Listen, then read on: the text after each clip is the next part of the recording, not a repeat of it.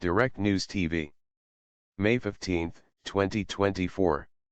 Hunger-striking royal reform activist dies in custody in Thailand. Bangkok, Thailand. Netaporn Bungsangkham was known by her friends and family as courageous, outspoken, and fierce.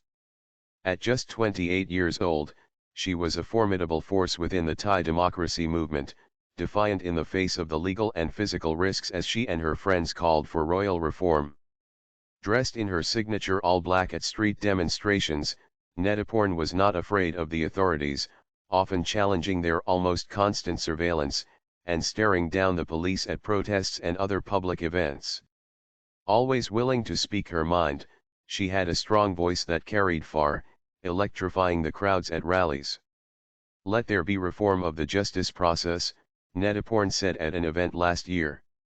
"No one should be jailed for having political differences." But on April 14, Netaporn died from cardiac arrest while in custody awaiting trial.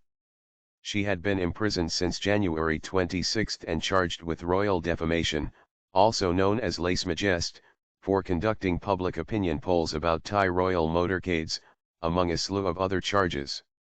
Even from detention, she continued to protest. She had been on a hunger strike for more than 110 days in protest against the bail conditions faced by democracy protesters. What did Bung do? Nothing. She just wanted democracy and to reform the justice system, Emily Palami Pradikit, the founder and executive director of Manusia Foundation, a Thailand-based rights group, told Al Jazeera. Emily and Netaporn were friends and they often worked together.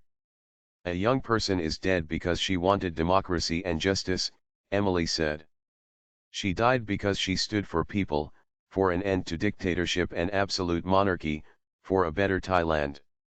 I hope this will be a wake-up call for the dinosaur generation, the establishment, and the state." Broken judicial system. Netaporn was a leading member of the underground anti-monarchical group Thalyawang, a name that translates to shattering the palace and which is made up of mostly young people in their 20s, who use performance art, provocative stunts and other tactics to question the king's immense power. One of many critics of the monarchy who have come under legal pressure in Thailand since protests broke out in 2020, Netaporn had been calling on the government to release activists held in pre-trial detention for more than a year. Netaporn's tragic death in custody shows how brutal the punishment for royal defamation is in Thailand, Suna Fazuk, senior researcher on Thailand for Human Rights Watch, told Al Jazeera. The 28-year-old activist sacrificed her life by going on hunger strike to demand the right to bail for political prisoners and that no one should be punished for expressing dissenting views, including making criticism of the monarchy.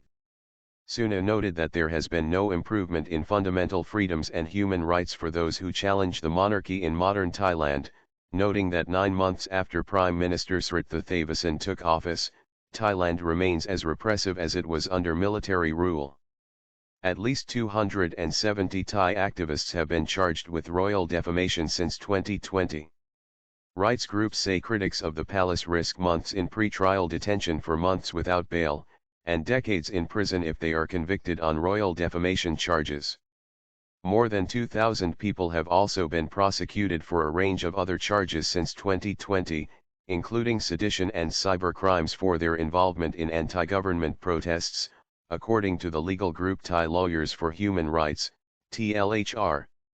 The death of Ms. Netaporn is evidence that the problems of political prosecution and detention of pro-democracy activists, especially in lèse-majesté cases, is still very much alive under the Pheu Thai government, Akarachai Chimani Karakate, advocacy lead at TLHR, said in a statement. Her death also highlights the importance of the People's Amnesty Bill, which is currently before the parliament. The right to bail must be granted to political detainees who have not been found guilty of any crimes by a final judgment. Akarachai pointed out that Netaporn died while Thailand was running for a seat on the United Nations Human Rights Council, an irony not lost on Thailand observers. Alongside pro-democracy protesters and other activists, Thai opposition party members have been calling on the government to fix a broken judicial system, one that allows activists like Netaporn to suffer in pre-trial detention for months on end.